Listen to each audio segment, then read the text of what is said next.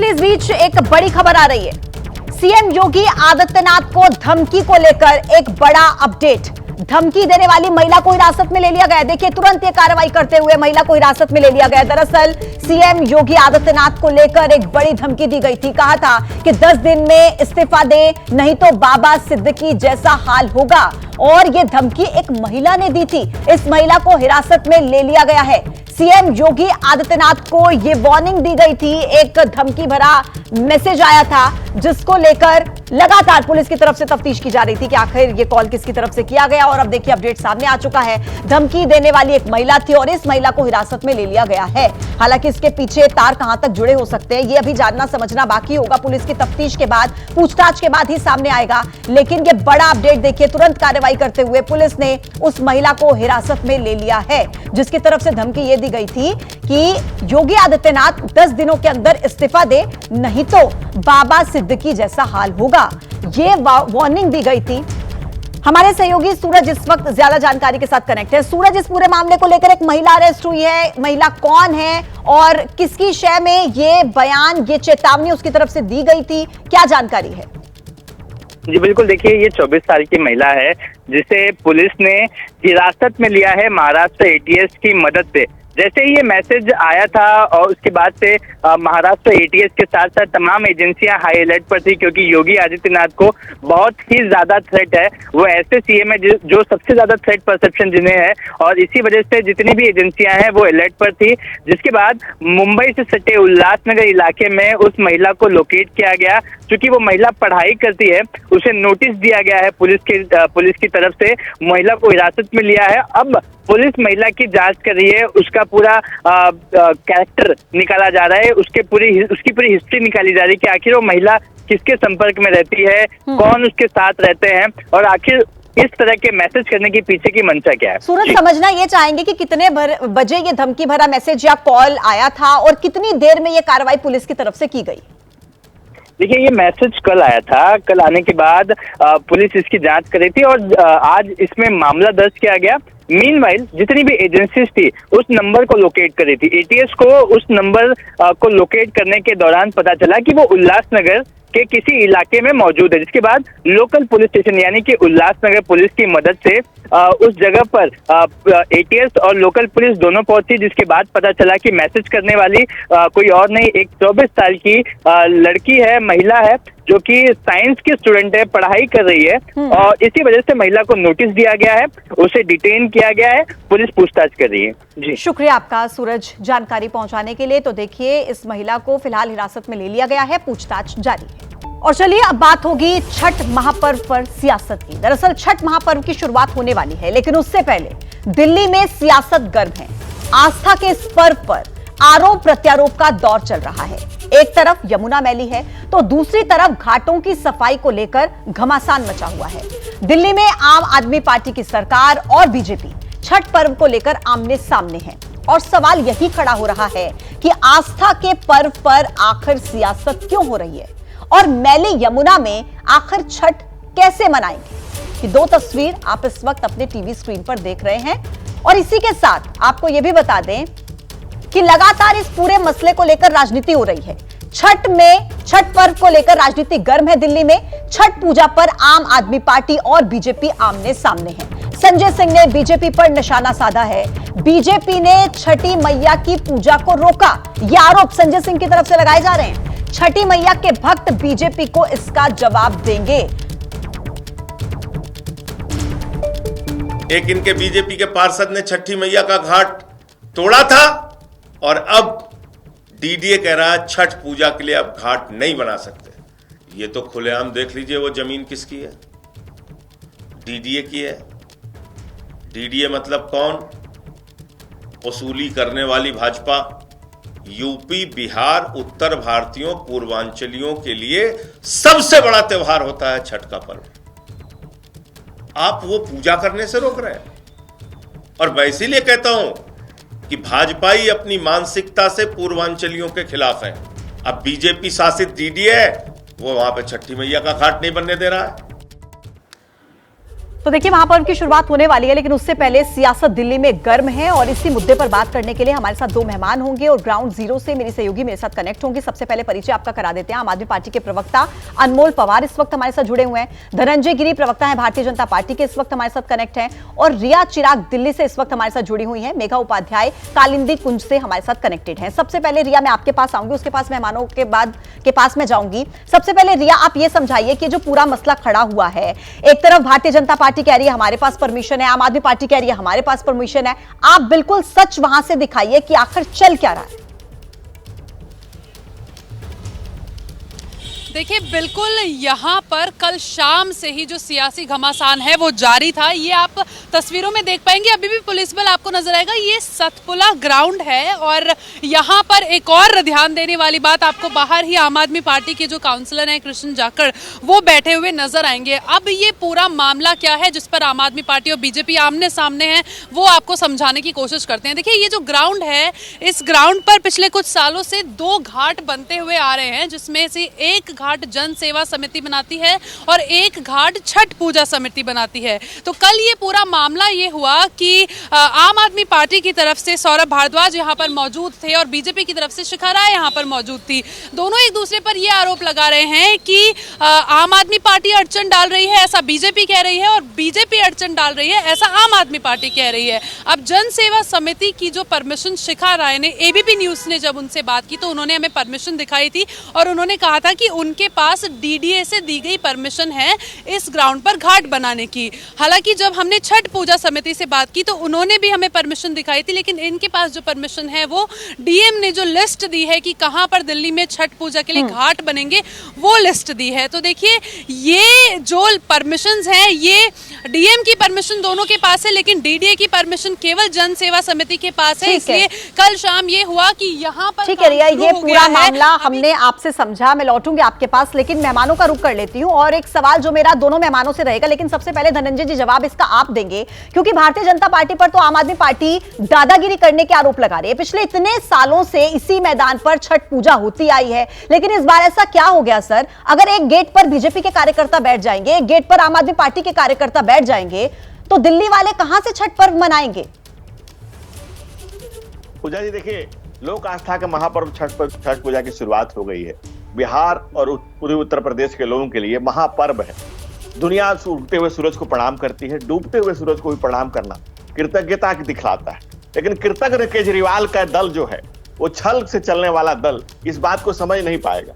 आप बात को एक जगह सेंट्रिक कर रही हैं। आप पूरे दिल्ली की स्थिति देखिए ना, जमुना के दामन में झाग ही झाग है। जमुना किनारे बांसुरी की धुन नहीं सुनाई देती, जमुना किनारे खड़ी आपकी दीनहीन व्यवस्था बीन बजाती हुई हाफती और दम तोड़ जमुना के मुंह से झाग निकल रहा है। केजरीवाल की कर्कश ध्वनि एक पॉलिटिकल पॉल्यूशन को पैदा कर रही है। आप बिहार विष का अर्ध कैसे दिया जाए, विष से अर्ध कैसे दिया जाए, आप बताइए। नहीं, इस सवाल पर धनंजय जी मैं जाऊंगी, लेकिन पहले आप ये बताइए, घाटों पर घमासान की घाट हम बनाएंगे, इसको लेकर क्यों घमासान मचा हुआ है? हर बार तो घाट बनते हैं ना, और लोग पूजा भी करते हैं। क्या प्रॉब्लम है इस बार डीडीए से परमिशन को लेकर? पूजा जी, जब आपके संवाददाता ने अभी आपके चैनल पे ही मैंने देखा, साफ साफ दिखा दिया कि परमिशन उनके पास है और परमिशन को शिखा राय ने कल दिखा भी दिया। लेकिन केजरीवाल की पॉलिटिक्स क्या, भारत नहीं विश्व के दुनिया की राजनीति में सबसे ज्यादा लिखित माफीनामा, मैं ऑन रिकॉर्ड कह रहा हूं, सबसे ज्यादा लिखित माफीनामा किसी ने मांगा है तो अरविंद केजरीवाल ने मांगा है, और भी झूठे आरोपों के लिए मांगा है। जिस व्यक्ति के लिए कोर्ट ने कह दिया कि तुम इस लायक नहीं हो कि मुख्यमंत्री कार्यालय जाओ, तुम इस लायक नहीं हो कि कोई फाइल साइड करो, उनकी पार्टी, जिसकी पार्टी झूठ फरे प्रोपेगेंडा पे ही खड़ी हो गई हो, जिसके लिए भगवान, जिसके लिए पूर्वांचली लोग एक गाली हो, अपमान हो, जो कहता है 5 रुपए टिकट लेकर आते हैं और फ्री। मैं एक सवाल अनमोल जी से पूछना चाहूंगी। अनमोल जी, डीडीए की परमिशन तो सिर्फ भारतीय जनता पार्टी वाले दिखा रहे हैं कि हमारे पास परमिशन है, और आम आदमी पार्टी के अरविंद केजरीवाल जो लगातार इस बात का जिक्र करते आए हैं कि 2025 तक हम यमुना को साफ कर देंगे। कहां से यमुना साफ होगी? आप दिल्ली वाले, आप ये बताइए कि किस तरीके से वो छठ का महापर्व मनाए इस जहर वाले पानी में सर? पूजा जी, धनंजय जी जो रटी रटाई स्क्रिप्ट पढ़ रहे थे, इससे साफ पता चलता है कि आज पूर्वांचल के लोगों को जवाब देने में सक्षम नहीं है कि आखिर क्यों ऐसी जगह सतपुला पार्क में, जहां पिछले 8 साल से छठ का पर्व जो है वो श्रद्धा पूर्वक और धूमधाम से मनाया जा रहा है, आखिर भारतीय जनता पार्टी ने क्यों मजबूर किया 80 साल के बुजुर्गों को धरने पर बैठने के लिए? केवल इसलिए कि वो आस्था का जो पर्व है छठ उसे मना सकें। आखिर क्या है पूर्वांचलियों से? पूर्वांचल विरोधी चेहरा, इनका दलित विरोधी चेहरा, इनका गरीब विरोधी चेहरा देश के सामने बार बार आया है। हमने 3 साल पहले देखा किस तरह से छठ पर्व रोकने के लिए इन्होंने भरपूर प्रयास किया। प्रेमी होने का दावा करते हैं ना अनमोल जी, आप दावा करते हैं कि आप पूर्वांचल प्रेमी हैं अगर, तो यमुना की सफाई कब तक होगी? 2025 तक का आपने दावा किया था। 3 महीने बाकी हैं, 2 महीने, बल्कि 2 महीने में कैसे यमुना साफ कर देंगे आप अगर आप अपने आप को पूर्वांचल प्रेमी कहते हैं तो बताइए। देखिए, दिल्ली सरकार ने अरविंद केजरीवाल जी के नेतृत्व में छठ महापर्व जो आस्था का त्योहार है, इस देश में सबसे ज्यादा घाट बनाए हैं, 1000 से ज्यादा घाट का आयोजन किया है। और भारतीय जनता पार्टी हमेशा में अवरोध उत्पन्न करने के लिए सबसे आगे खड़ी दिखी है। और जहां तक यमुना की सफाई की बात है, आप मुझे एक चीज बताइए पूजा जी, कि आखिर ऐसा क्यों होता है कि पूरे साल में जब छठ का पर्व आने वाला होता है तभी यमुना में जो है फोम दिखाई देते हैं? वो केवल इसलिए ताकि भाजपा जो है दिल्ली सरकार को बदनाम कर सके। ये जो पानी हरियाणा और उत्तर प्रदेश से केजरीवाल ये तो अनमोल जी, अगर दिल्ली में बाढ़ की स्थिति आती है तो आप हरियाणा को जिम्मेदार ठहरा देते हैं, यमुना में झाग बनती है तो आप उत्तर प्रदेश को जिम्मेदार ठहरा देते हैं। मैं लौटूंगी आपके पास, लेकिन आप भी कालिंदी कुंज से हमारी सहयोगी मेघा हमारे साथ कनेक्ट है, मैं आऊंगी आपके पास अनमोल जी वापस, लेकिन आप खुद देख लीजिए हमारी स्क्रीन पर कि कालिंदी कुंज में यमुना पर क्या स्थिति है। मेघा दिखाइए जरा। जी हाँ पूजा, मेरे पीछे तो आप देख ही पा रही होंगे, मैं हट के जरा दिखाती हूँ तो आप देखिए ये यमुना की हालत है। आपको पानी का ही नजर आ रहा है, आप ये देखकर कह पाएंगे कि यमुना है? आप एक बार ध्यान से देखिए, मेरे सहयोगी आपको दिखाएंगे कैमरा पैन करके घुमाकर, पूरे पानी में मोटी झाग। और ये तस्वीरें पूजा तब है जब पिछले 1 सप्ताह से यहाँ पर कथित तौर पर इसको ट्रीट करने की, झाग को साफ करने की, केमिकल छिड़काव की बात की जा रही है। कथित तौर पर आप देख सकते हैं यहाँ पर, जरा थोड़ा इधर कैमरा करके मेरे कैमरा पर्सन आपको नाव की तस्वीर दिखाएंगे। इस नाव के माध्यम से यहाँ पर केमिकल का छिड़काव किया जा रहा है ताकि जो झाग है उसको कंप्रेस किया जाए। क्या ये परमानेंट सॉल्यूशन है? इस छठ घाट पे यहाँ पर खड़े रह पाना मुश्किल है, इतनी दुर्दशा है कि सांस लेने में दिक्कत हो रही है, आंखों में जलन हो रही है। और मैं एकदम वास्तविकता कह रही हूँ, ये इतनी बुरी हालत है यहाँ पर। पूजा, आप खुद यहाँ पर आई हैं, यहाँ पर छठ तो मनाना तो दूर, 15 मिनट खड़े रह पाना मुश्किल है। आप देखिए तस्वीरें, ये पूरी तस्वीर आपके हर सवाल का, और आप जो सवाल दोनों प्रवक्ताओं से पूछ रही हैं उसके जवाब हैं। ये देखिए तस्वीर, और ये तस्वीर दोपहर के वक्त है जब धूप है, पानी का जो गेट है कालिंदी कुंज से जो खुलता है उसके बाद है, बंद कर दिया गया है। यही तस्वीर में अगर आपको सुबह दिखाती ना तो आप कहती मेघा आप दिल्ली की जगह अंटार्कटिका में आ गई हैं, मेघा ऐसा लग रहा है कि आपके पीछे बादल उतर आए हैं। ऐसी तस्वीरें भी हमने दिखाई हैं कि ऐसा लग रहा है हम बादलों के बीच हैं। ये तस्वीरें हैं, और इतनी बदबू, इतनी गंदगी। जरा दूसरी तरफ दिखाइए मेहरबान जी, जरा इधर दिखाइए, इतना कूड़ा है यहाँ पर, इतना कूड़ा और गंदगी है कि मतलब कोई शब्द नहीं है मेरे पास बयां करने के लिए। मैं दावे के साथ कह सकती हूँ इस वक्त जो स्क्रीन पर इसको देख रहे हैं एबीपी के तमाम दर्शक, कि इससे बुरी दिल्ली पोल्यूशन, इससे बुरी जल प्रदूषण की तस्वीर मैंने आज तक नहीं देखी और आपने भी शायद नहीं देखी। बिल्कुल ठीक कह रही हैं, राजधानी की तस्वीर है, तस्वीरें जो आप दिखा रही हैं ना, इन पर यकीन कर पाना मुश्किल है कि क्या स्थिति वहां पर बनी हुई है। और निश्चित तौर पर अगर लोग वहां पर घाटों पे पूजा करने के लिए आए भी तो आए कैसे? ऐसी दुर्दशा इन तस्वीरों में वहां पर देखी जा रही है। और मेरे साथ जो मेहमान कनेक्ट हैं उनके पास भी मैं एक बार फिर से लौटूंगी। धनंजय जी, आप भी कुछ कह रहे थे, वो बात भी आप पूरी कीजिएगा अपनी। और ये भी बताइए कि अचानक से देखिए 3 महीने के बाद चुनाव है, और अगर अचानक से पूर्वांचलियों के प्रति ये प्रेम दिखाई देगा तो सवाल तो उठेंगे ना कि वोट बैंक साधने की कोशिश है। और एक सवाल जो ये भी उठ रहा है लगातार कि ये छठ महापर्व से कुछ दिन पहले यमुना की ऐसी स्थिति क्यों हो जाती है? पूजा जी देखिए, मैं खुद पूर्वांचली हूं और छठ का व्रती भी। छठ पर्व कितना महान है इसकी बताने की आवश्यकता नहीं, हम लोग जानते हैं इस बात को। केजरीवाल के पॉलिटिकल पॉल्यूशन से जमुना उससे ज्यादा बड़ा पॉल्यूशन केजरीवाल का पॉलिटिकल पॉल्यूशन है। 2015 में अरविंद केजरीवाल ने जमुना की आरती की थी और कहा था 2020 के चुनाव में वोट मांगने नहीं आऊंगा यदि जमुना को साफ नहीं कर पाऊंगा। 2020 में कहा कि 25 में नहीं साफ करूंगा, दोबारा मांगने नहीं आऊंगा। खैर अब मांगने भी जाएंगे तो लोग देने नहीं जा रहे हैं, इसलिए कि पूर्वांचल को एक बार केजरीवाल ने कहा था, केजरीवाल को पूर्वांचलियों से कितना प्रेम है, कहा था कि लोग टिकट कटा के दिल्ली आते हैं और मुफ्त में इलाज कराते हैं। जमुना के भीतर जो झाग है और पूर्वांचलियों के दिल में जो आग है, ये दोनों आप देख सकती हैं। जमुना लगातार मैली है, जमुना के कृष्ण की जमुना केजरीवाल के पापों से इतनी मैली हो चुकी है कि केजरीवाल का सिर्फ पॉलिटिक्स में एक ही फंडा है कि दूसरे पर आरोप लगाओ, और जब कोर्ट में मामला जाए तो माफी मांगने के लिए खड़ा हो जाओ। धनंजय जी, दिल्ली वालों की जिम्मेदारी क्या सिर्फ दिल्ली सरकार की है? केंद्र सरकार की भी तो जिम्मेदारी बनती है ना सर, कैपिटल है, राजधानी है देश की। और केंद्र सरकार को दिल्ली सरकार से कोऑर्डिनेट करना है, और जमुना एक्शन प्लान फेज 3 के लिए 1653 करोड़ रुपए दिल्ली सरकार को दिए गए। 2015 से 18 के बीच 367 करोड़, 363 करोड़ रुपए 15-18 के बाद दिया गया। लेकिन केजरीवाल की पॉलिटिक्स का करप्शन और केजरीवाल दोनों एक दूसरे के पर्याय हैं। हम लोग करप्ट कहाँ कहते हैं? हम लोग अरविंद केजरीवाल कहते हो, जब समझ में आता है केजरीवाल। जमुना के पानी में जो झाग आप देख रहे हैं और जमुना को जिस तरह से मैली हुई पड़ी है, ये मैली कुचैली व्यवस्था उसे ज्यादा मैली कुचैली सरकार का मन है। ये अरविंद केजरीवाल की मैली कुचैली मन से जो सरकार जो पॉल्यूशन, पॉलिटिकल पॉल्यूशन पैदा कर रखा है इन लोगों ने, और जो पूर्वांचलियों के प्रति जो द्वेष है और किसी भी पूजा के प्रति जो इनका द्वेष है, ये बिहार के देश के लोगों को एक संदेश दे रहे हैं कि केजरीवाल सिर्फ झूठ, फरेब, मक्कारी और दोषारोपण से काम चल जाएगा। लेकिन ये कितने दिन तक? क्या बकरे की मां कब तक खैर मांगेंगे और केजरीवाल की झूठ कब तक काम आएगी? ये झूठ, फरेब, मक्कारी ये काम नहीं आएगी। कर्मकांड से मुक्ति का संदेश देता ये पर्व केजरीवाल से मुक्ति का भी। हाँ, अनमोल जी अपनी बात रखिए और ये भी बताइए कि सवाल तो आप लोगों पर उठेंगे ना जब इसी बात का प्रचार कर करके आप सत्ता में आएंगे कि 2025 तक यमुना को बिल्कुल साफ कर देंगे, स्वच्छ कर देंगे। उसके बाद यमुना की ऐसी हालत अगर दिखेगी तो सवाल तो आप ही से पूछे जाएंगे। सर, सत्ता में तो आप ही हैं दिल्ली में।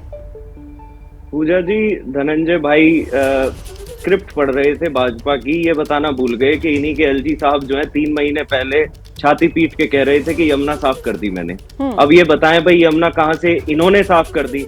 और दूसरी चीज, जो पूर्वांचलियों की आस्था का इन्होंने मजाक बनाया है, जो उनकी आस्था के साथ इन्होंने खिलवाड़ किया है, उसके लिए तो पूर्वांचल वासी इन्हें बिल्कुल माफ नहीं करेंगे, क्योंकि ये इकलौता वाक्य नहीं है जो कल हुआ है दिल्ली में। 80 साल के बुजुर्ग लोग जो हैं वो धरने पे बैठे हैं क्योंकि डीडीए सतपुला पार्क में छठ का घाट बनने नहीं दे रही। इनकी सरकार तो हरियाणा में भी है, इनकी सरकार तो महाराष्ट्र में भी है। बताएं देश में एक भी ऐसा राज्य है जहां 1000 से ज्यादा छठ घाट का आयोजन किया गया हो? दिल्ली एकमात्र ऐसा राज्य है जहां पे पूर्वांचलियों की आस्था का ध्यान रखा जाता है। सरकार की संवेदनशील है। और यमुना की जहां तक बात है कि अगर त्योहारों के समय पर इस तरीके से राजनीति होगी, लोग खुशी से त्योहार नहीं मना पाएंगे अगर, तो उनकी आस्था के साथ तो ये खिलवाड़ हो रहा है ना, और राजनेता ही कर रहे हैं। ये सवाल तो उठेंगे ही। सर, मेरे पास समय की कमी है, इसलिए आप दोनों का शुक्रिया। जवाब नहीं दिया मेघा रिया, आप दोनों का भी शुक्रिया ग्राउंड से रिपोर्ट और अपडेट्स हम तक पहुंचाने के लिए। तो देखिए, छठ महापर्व से पहले सियासत लगातार दिल्ली में जारी है। आम आदमी पार्टी और बीजेपी के कार्यकर्ता आमने सामने। सीएम योगी आदित्यनाथ को धमकी को लेकर एक बड़ी खबर आ रही है। धमकी देने वाली महिला को हिरासत में ले लिया गया है। फातिमा खान इस महिला का नाम बताया जा रहा है जिसे पुलिस ने हिरासत में लिया है। दरअसल उल्हासनगर की रहने वाली है ये फातिमा खान, और सूत्र ये बता रहे हैं कि मानसिक रूप से ये महिला बीमार है। फिलहाल पुलिस की हिरासत में है। तो ये देखिए, मुंबई पुलिस का ये बड़ा एक्शन। सीएम योगी आदित्यनाथ को धमकी दी गई थी कि 10 दिन में इस्तीफा नहीं दिया तो बाबा सिद्दीकी जैसा हाल होगा, और ये कार्रवाई करते हुए धमकी देने वाली महिला को हिरासत में ले लिया गया है। फातिमा खान इस महिला का नाम बताया जा रहा है, और जानकारी ये भी सामने आई है कि ये महिला उल्हासनगर की रहने वाली है। मानसिक रूप से बीमार है ये महिला। सूत्रों के हवाले से ये भी अपडेट मिल रहा है।